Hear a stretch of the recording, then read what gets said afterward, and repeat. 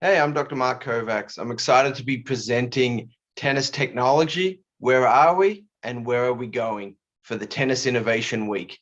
So this is a really exciting presentation from my perspective because I've worked in the sports technology, tennis-specific technology area for nearly 15 years and have seen the development of various products in different segments of tennis technology.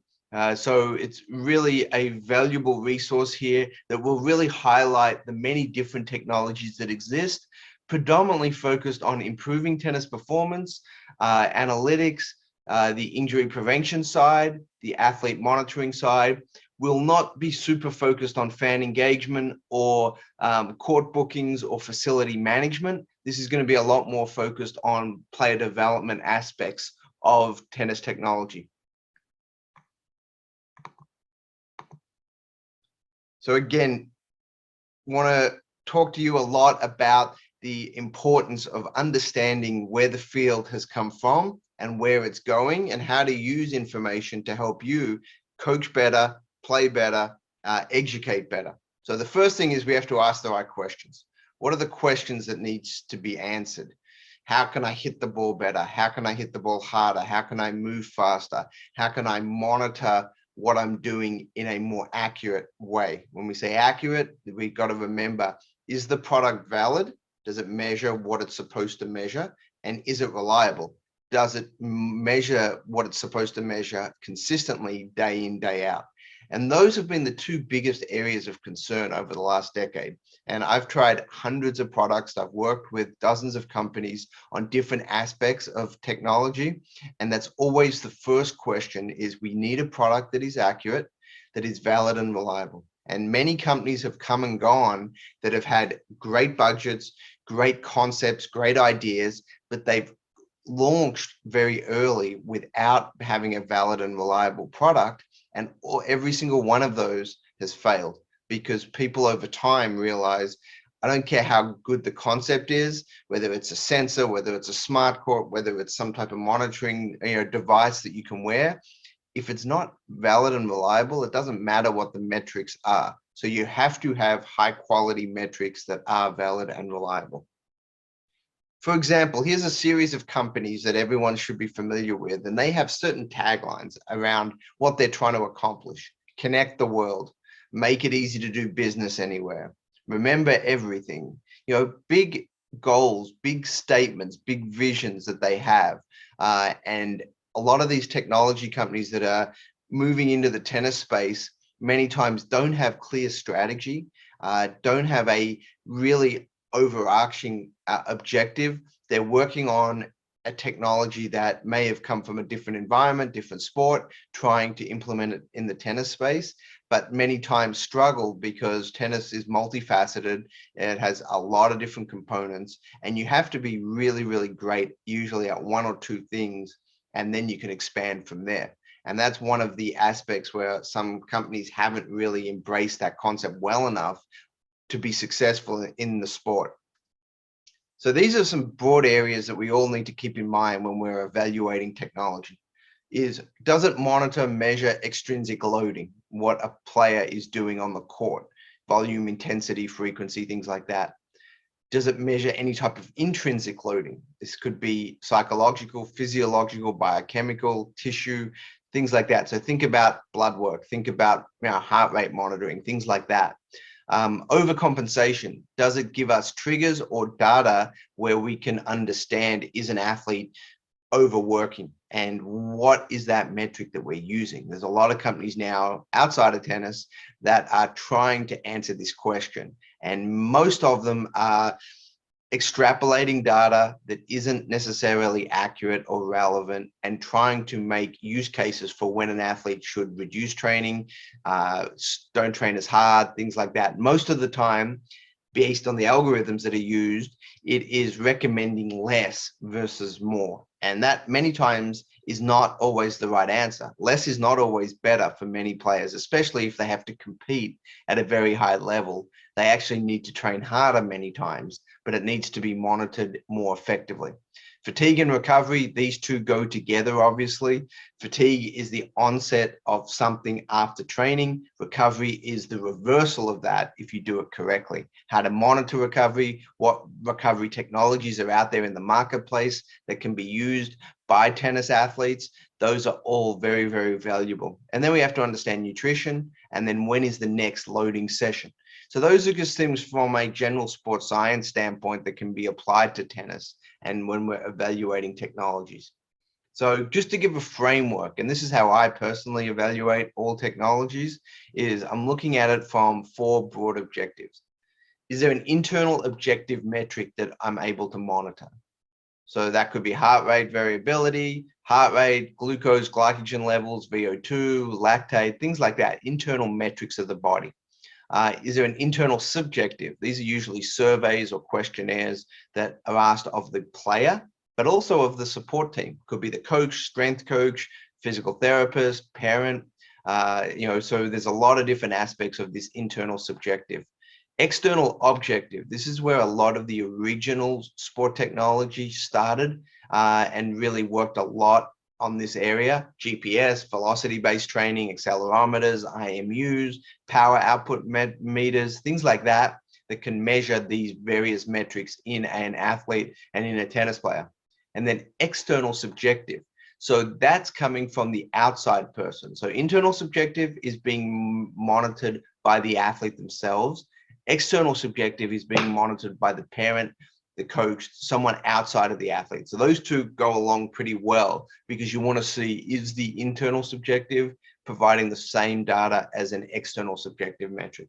So if you're monitoring all 4 of these in some capacity, you're getting a really good picture on an athlete.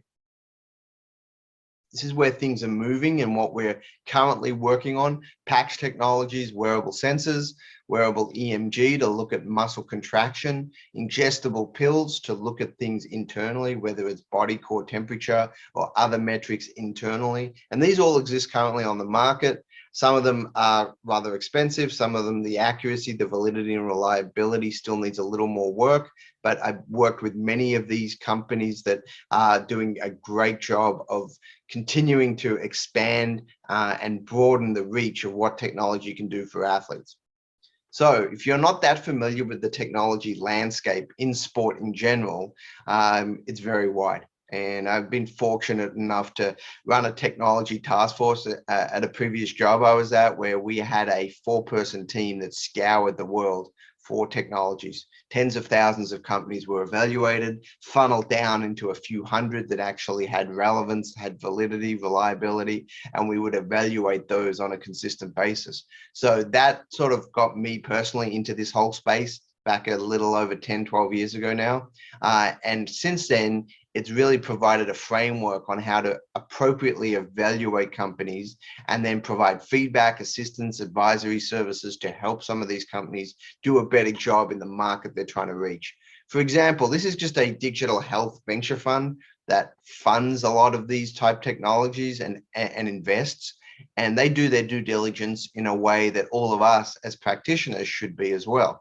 Look at the companies, look at the brands, understand what area they're focused on, and then evaluate them for validity, reliability, cost, and practical application or use case. If you're not getting a checkbox on all of them, it's probably not something that a practitioner or a clinician should be using. It could be good for research, it could be good as a futuristic technology, but not something that a coach or a trainer or a therapist may be using with an athlete tomorrow. So there's different purposes of this. Some are for what can I use today that works? And there's also in what I do, what can potentially work in 3 to 5 years if we get the right funding, research done, and then practical use cases for various products. Here's another group that also is looking at similar space. And you can see there's a lot of different areas of technology: content and media, fantasy sports, esports, venue, training and team management, data and analytics. And these just continue to expand. From today, as I mentioned, we're going to focus a lot more on the player development side of technology, just due to time. And we're going to really hone in on some areas that are relevant, applicable, practical, and for most people, somewhat cost effective as well. So as we know, the revolution in tennis technology has begun. It's still a few years behind some other sports. Most other sports are a step or two ahead of tennis in how they're applying technology, resources that they're allocating, research that they're doing, and how coaches, practitioners, clinicians are using it in the sport. So from a International Tennis Performance Association perspective, as most people know, this is an association that's been around for over a decade, and it's spent a lot of time in the sports science and fitness areas of education, working with coaches, trainers, therapists, anyone that works in healthcare and tennis as well over the last decade. We're members in 45 plus countries. But we've also spent a lot of time in the tennis technology innovation analytics space. We've been involved in the Tennis Innovation Challenge in the US. The World Tennis Fitness Conference has been one of our flagship events, bringing together experts from all over the world, talking about various areas of training and technology. And then the Tennis Technology and Analytics Summit, we've done both that virtually and in person. We had a major current state of the industry that we put out a couple of years ago that really evaluated over 200 plus companies that were in the tennis technology space and had products at different stages of development. So again, if you haven't got involved in the International Tennis Performance Association, definitely go to the website, get involved, be part of the community, and we're continually putting out good information in the area of tennis technology, and more specifically in sports science and tennis fitness and things of that nature. So for example, this is an eye chart, I know, but I just wanted to show you, this is a chart that I've put together regarding some of the Smartcourt options and phone apps and racket sensors. So there's three big areas of player development in tennis. And many of those names may be familiar to some of you. But again, the purpose here is just to highlight that there are a number of companies in development in the marketplace that are usable today. The validity, reliability varies on many of these. The costs vary from, close to free, under $100 for a phone app, all the way up to $20,000 to $50,000 for a full Smartcourt installation. So it depends on your budget as to what you may go after and what you may be willing to spend. But there are plenty of options out there today. Just be cautious because many of them don't have the validity and reliability that people are expecting. So that's something to be aware of. And we'll talk through these in a bit more detail as we go through the presentation. Other non-tennis specific technologies that exist that are starting to infiltrate tennis training. So GPS is an area of interest that has come from rugby, soccer, Australian rules football, American football, and it's starting to move into the tennis space. Challenge with GPS is the accuracy is still not there in small, very small movements. It's very good for long movements, 100 meters, 200 meters, 300 meters, things like that. It's great at. Global metrics, it's pretty good at as well. How far did you move over the course of a day, of a session, a training session, or a match? The challenge it has is picking up those small steps that we see in tennis, the left to right movements, the short duration movements back and forth, the change of directions. The accuracy there just gives us challenges. So depending on what you're using this for, it can be really valuable, but you've got to be careful in how you interpret the data and know the limitations. Every technology has limitations. That's normal. You have to understand the error. You have to understand the standard deviation of error. You have to understand the percent off compared to a gold standard. And all of these are important to really know and know how you're going to use these products. But again, something that is continually in the sport is going to continue to get better and better over time. IMUs or inertial measurement units or video-based movement assessment is where things are headed. So there's a few companies out there right now that are playing in this space. Quite expensive still to put up the camera systems to get the accuracy that we're looking for. Most people may be familiar with Hawkeye. Hawkeye uses a video-based assessment, multiple cameras, very expensive to set up, not portable. So there's a lot of challenges with a scenario like that, but it also does give relatively accurate information if it's calibrated correctly. The calibration of some of these setups are the most important part. If it's not calibrated right, it becomes a problem. So these are more for clubs. Most individual clinicians, coaches, trainers can't afford to put systems like this in yet. They're just too expensive. But for certain clubs, these can be a really value add for your membership. You can really do a good job of getting in-depth data. But again, these are, you know, tens of thousands of dollars to get set up. So for most people, not the most cost effective.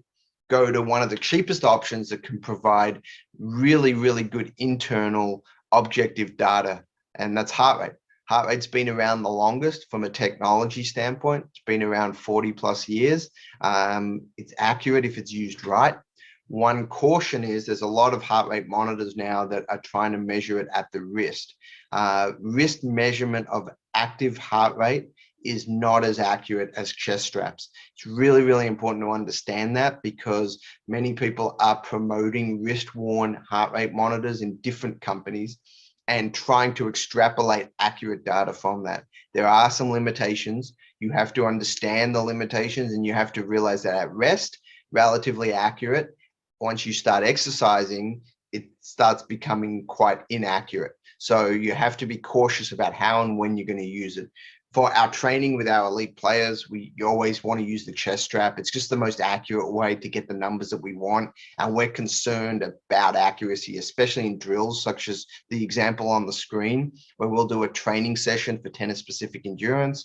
We'll use some sprint series, the spider drill, a 30-second test, the MK drill, which is a tennis-specific endurance test, really, really challenging, really, really good fitness test for tennis players on the tennis court.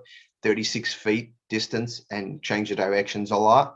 And then we do a hitting drill, a 10 by 10 hitting drill, where they're actually using a ball machine for consistency, and then they're having to hit into a 3-foot alley inside the singles line. And all of these will, as you can see, provide spikes in heart rate. And we're working at a very, very high precision for situations like this, where a few beats makes a big difference. So we need accuracy. That's why we'll use the chest strap for these type drills. So be aware that heart rate is great, but not all heart rate monitors are the same. Heart rate variability from the technology of heart rate monitoring has become the real emphasis and focus on heart rate variability. Heart rate variability is simply stated the time between each heartbeat. You have this QRS symbol, which is kind of the spike in heart rate. The R to R interval, the time between each beat, in a simple way of thinking about it, is variable. Every beat that your heart beats is not consistent. It's not, let's say it's 60 beats per minute is your heart rate. Your heart rate variability is not exactly 1 second. 1 second times 60 would be 60 seconds, 60 beats per minute. You would think that, okay, if I'm sitting there and my heart rate variability, or my heart rate, is actually 60 beats per minute, my heart rate variability could be 1 beat per second. It's not exactly how it works. It goes in and out close to that. So it could be 0.8 of a second, it could be 1.2 of a second, and there's variability there. So heart rate variability is actually looking at that variability beat to beat. And over the last 15 years, a lot of researchers, including myself, my PhD at a heart rate variability component to it, have looked at, can we use heart rate variability as a metric of nervous system function, of stress, of overtraining, of what's being used now a lot, readiness. How ready is an athlete to perform a hard physical task? And there's definitely value in monitoring heart rate variability, but there's a lot of error and a lot of misunderstanding. I've taught a graduate class in sport technology for a number of years now. We have a whole series of modules on heart rate variability and understanding it and what to use and what not to use. So be a little careful with just looking at a screen and taking a number. Let's say it's 65. Many companies have their own internal algorithms that they've developed. It's always risky when you've got an internal algorithm, because there's not a lot of checks and balances on many of those, and you have to trust the number that's provided to you. And many times, especially in competitive elite athletes, the number is underrepresentative, meaning that it's telling an athlete that they're more fatigued or not ready to perform a high level when actually they are. and they can push through it a lot more, because competitive athletes have usually higher thresholds than most people give them credit for. So you have to be a little careful on how you interpret heart rate variability. That being said, it's a very good area. It's a continual area of research, and it's only getting better and better. So you can see some of the companies listed there.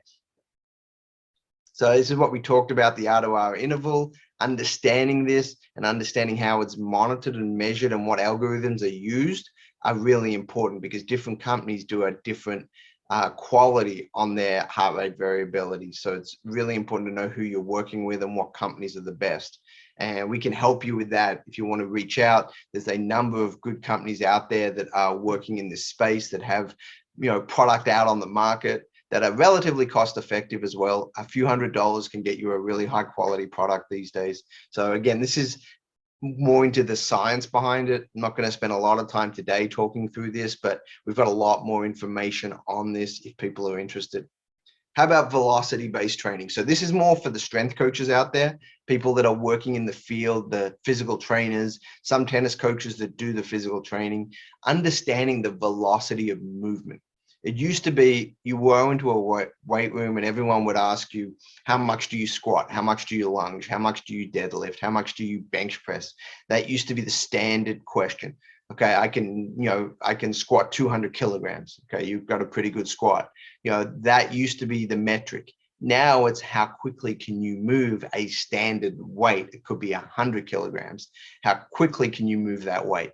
And that's, for athletes, is more important. It's less about how much total weight can you lift. What is your strength, pure strength? In a sport like tennis, pure strength is less important than moving weight, some resistance, very quickly. So velocity-based training has become a standard now for most people on training the athletes the right way. So we know that for max strength, you want to move it around half a meter per second, somewhere in that ballpark. If you can't move it that quickly, it's really getting close to your max strength, a 1 RM type weight. What we're looking for most things in tennis, we're looking for strength speed. So anywhere from 0.75 to 1.25 meters per second of movement speed, all the way up to this speed strength, really, which is usually we see this with medicine ball training and things like that. We want to move it at 1.5 meters per second, even up to 2 meters per second if you can do it. So a relatively light resistance, and can we move that as fast as possible? And designing the training programs to focus in on this is really makes the tennis athlete move faster, be more explosive, more powerful, and they can transfer the strength that they have to the court, which is the most important thing.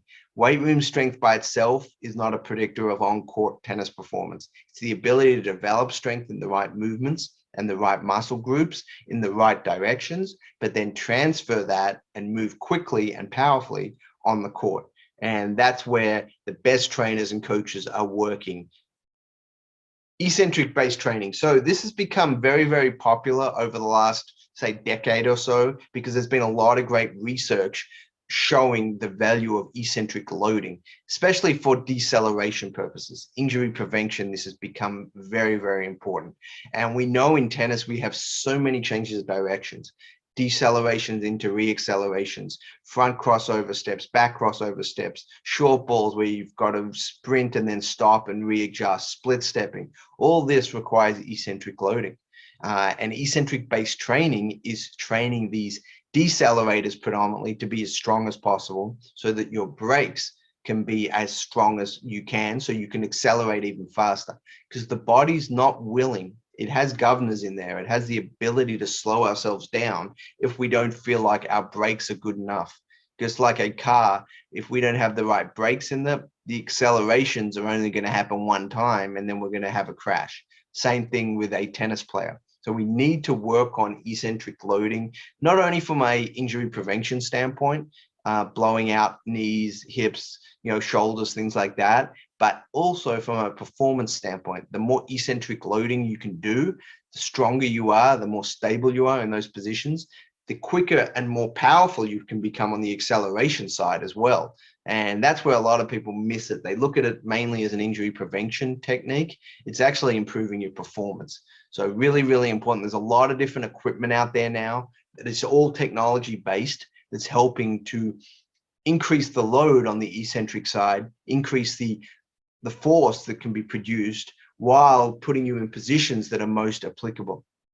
The challenge for tennis people is we have so many different movements that happen on the tennis court that most standalone pieces of equipment don't really mimic tennis movements. So many of the things we see here are great for testing.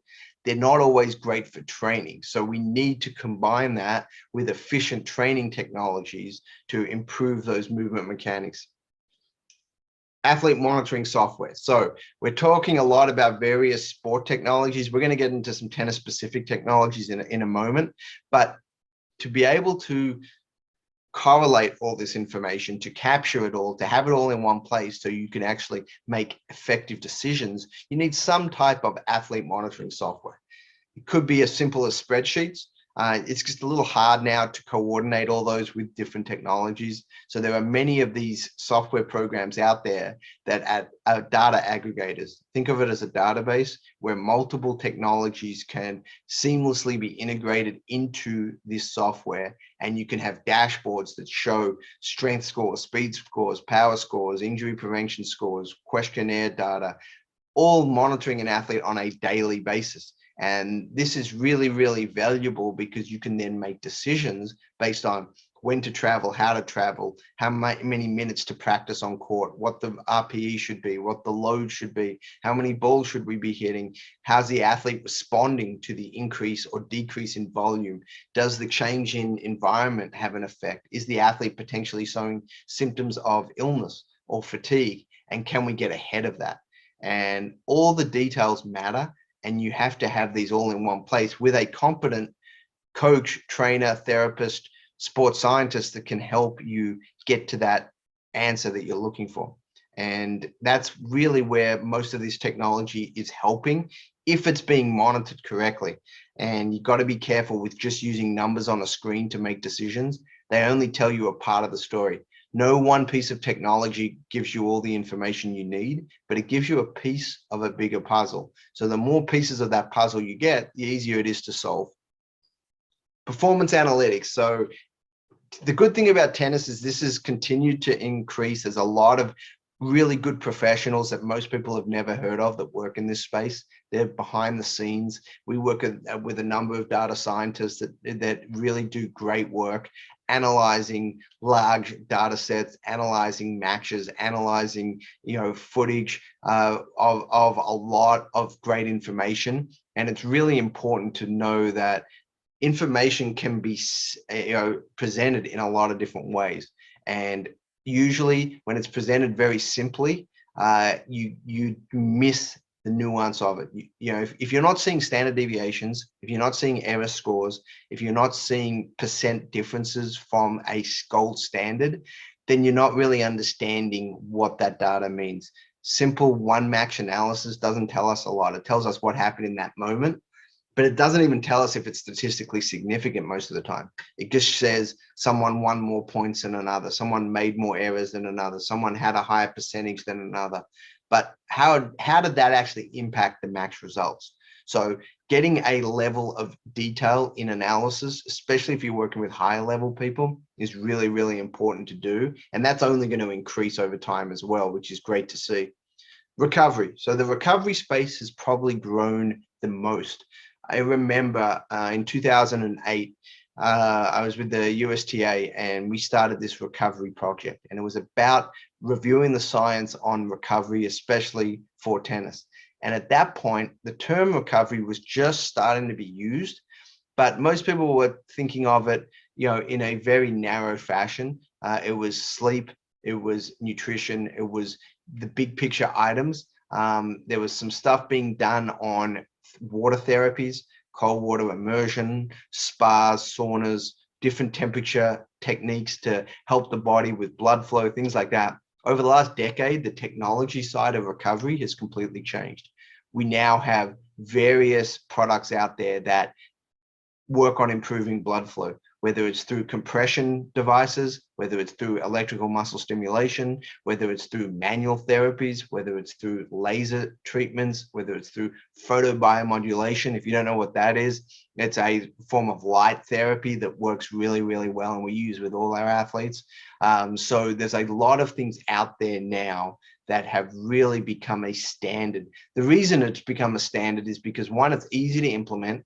It can be done in a non-taxing way on the athlete, so the athlete can utilize it watching TV, traveling, in bed. They can use it in an easy way. They can be on their phone, which the athletes love. So that's why it's become so popular. But also, like any field, when things become popular, there's a lot of products that aren't valuable, they're not valid, they're not reliable, they don't actually do what the marketing says they're trying to do many times. So my word of caution is be skeptical, but many of these products are low risk, meaning that they will not do any harm, but they may not actually provide a great benefit. So there is a cost that goes into it. Cost benefit ratio has to be evaluated. Is it worth the money to try to use these products? Some of them are in the thousands of dollars.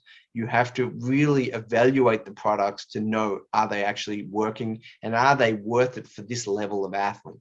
At the highest level of sport and tennis, most things are worth spending the money on, because the difference, if you get a 1% improvement, that's a huge difference in the paycheck. If you're working with a high school athlete and they're trying to get a little bit better, but they don't sleep well, they don't eat well, they don't practice very hard, spending $1,000 on a recovery device is probably not the best use of resources.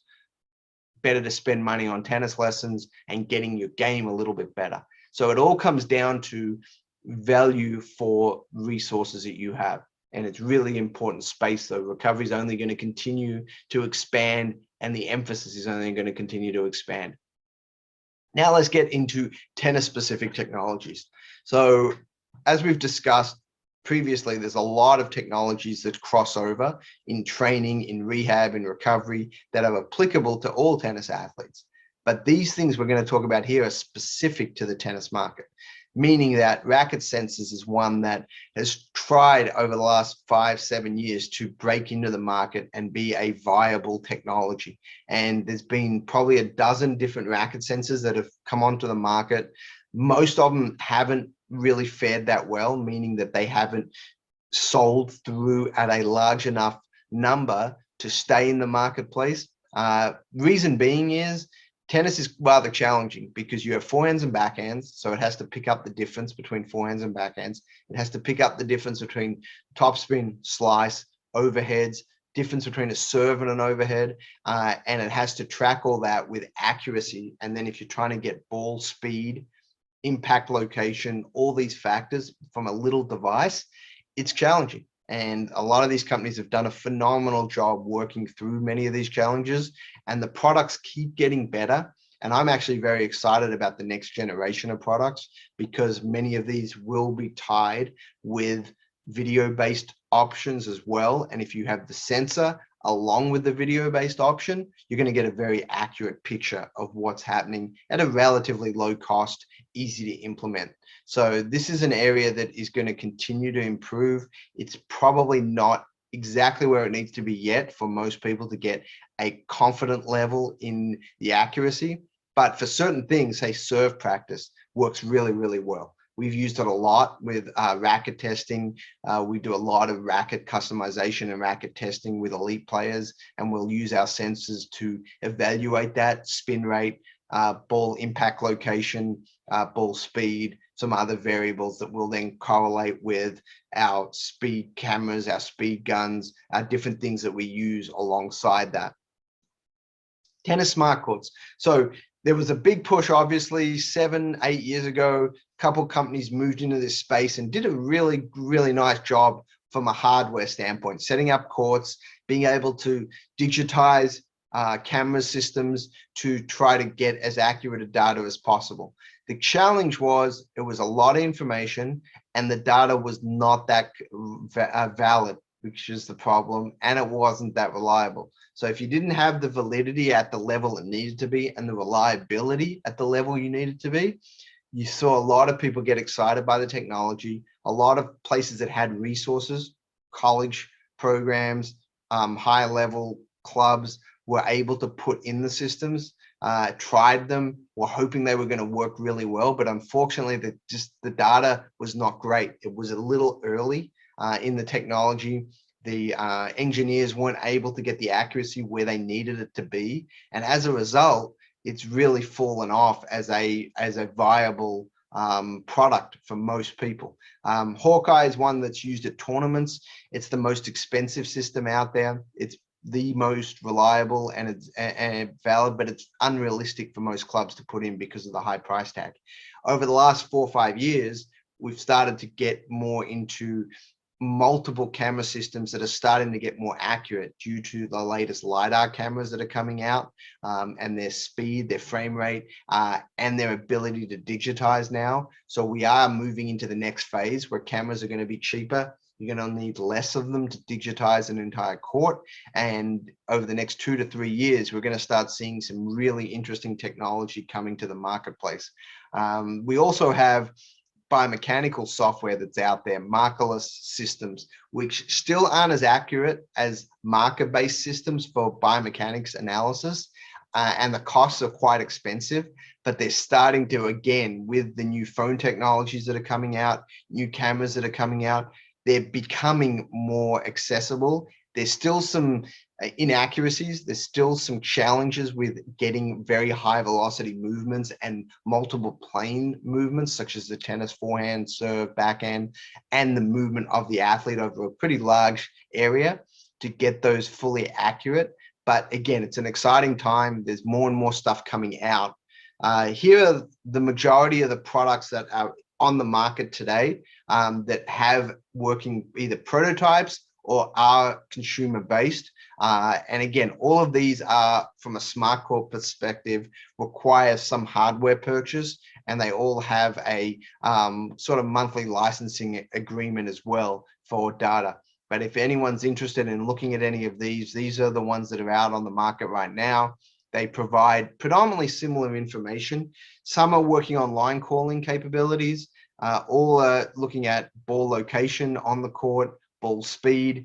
Many of them are looking at forehands versus backhands. How many did you hit? Things like that. So some really, really good analytics that can provide value.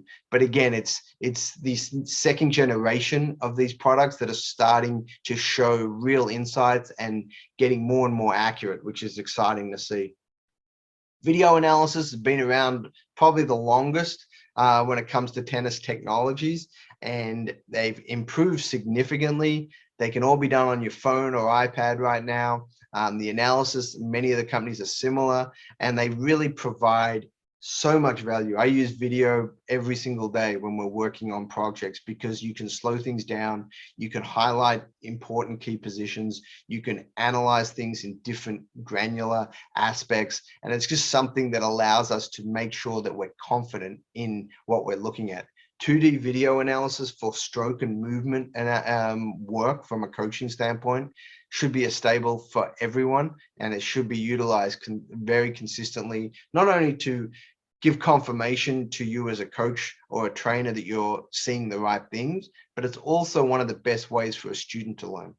Going over video, showing it in different form factors, in different camera angles, at different speeds, is one of the best ways for a coach to teach and one of the best ways for an athlete to learn. Tennis apps, there's a lot of them out there. Some are focused on ball tracking, motion tracking, some biomechanical apps, video analysis, scoring, player finder, stats. So you've got to understand, one, do they work well? Some are manual entry, which requires a person to enter. Think about some stat software that's out there. Video analysis, biomechanics needs to have some really good accuracy to it. Motion tracking and ball tracking, more and more things are coming down the pike right now that are exciting and are working in this space and doing a really, really good job. So over the next 2 or 3 years, this area is exploding because of these new technology. The iPhone 12 and up has newer camera technologies that's allowing for more accuracy, and it's allowing for some of these things that in the past you needed a $20,000 camera system to be set up to get that level of detail. Now with these new iPhone cameras that are coming out, you can actually do these on your phone. So that's changing the game when it comes to some of these tennis apps.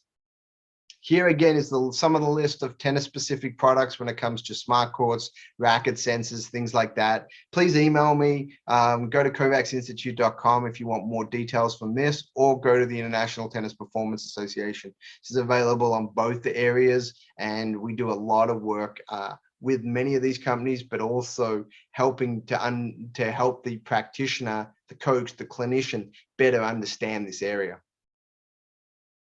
You've got biomechanical software that's out there. We use quite a lot of. Again, for most coaches, this may not be necessary at this stage unless you understand it. So make sure that you understand what you're looking at rather than just using the latest technology.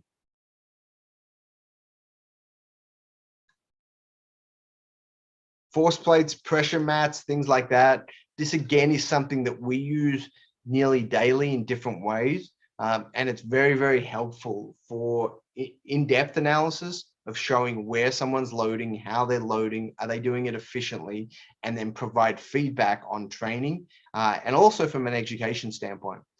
So these are quite expensive. They're not necessarily for everyone, and wouldn't necessarily recommend them for all coaches, all trainers, unless you've got large resources and that you would use them consistently. So it's something that you can go to places like us that will do some testing and assessment for you, provide some feedback, and check in once a year, twice a year, and get you the information that you need rather than doing it all yourself. So here's an example of sort of what we do with the serve. Sometimes we're looking at measuring and monitoring the ability to load effectively through pressure, loading back and down in real life situations, and allowing us to really get that data the way we want. So we're looking at this from a perspective of, are we loading the right way through the 8 stages of the serve in the right positions? And does the athlete load effectively? Do they store energy effectively? Are they putting enough pressure at the right points to make sure that they're maximizing their lower body load through stage 3? And as they come out of that into stage 4, 5, 6 through contact, and does this sequence effectively from a perspective of storing and then releasing energy? And again, don't have to make this super complicated. You have to understand basic principles of loading, storing energy, releasing energy. So where are things headed? And that's always the exciting part when we're talking about tennis technology. What's available today? What's practical? What's useful from a price point perspective? And where are we going? Wearable patch technology is moving rapidly. We've got glucose monitors now that we can wear and get real-time blood monitoring of glucose levels on a minute-by-minute basis, and we're using that with some of our athletes to monitor blood flow, glucose changes throughout a match or a training session. Ingestibles, more and more stuff is looking at, can we look at things internally in more detail? Measurement tattoos is similar to wearable patches, things that go on the skin and they can measure things for hours or days.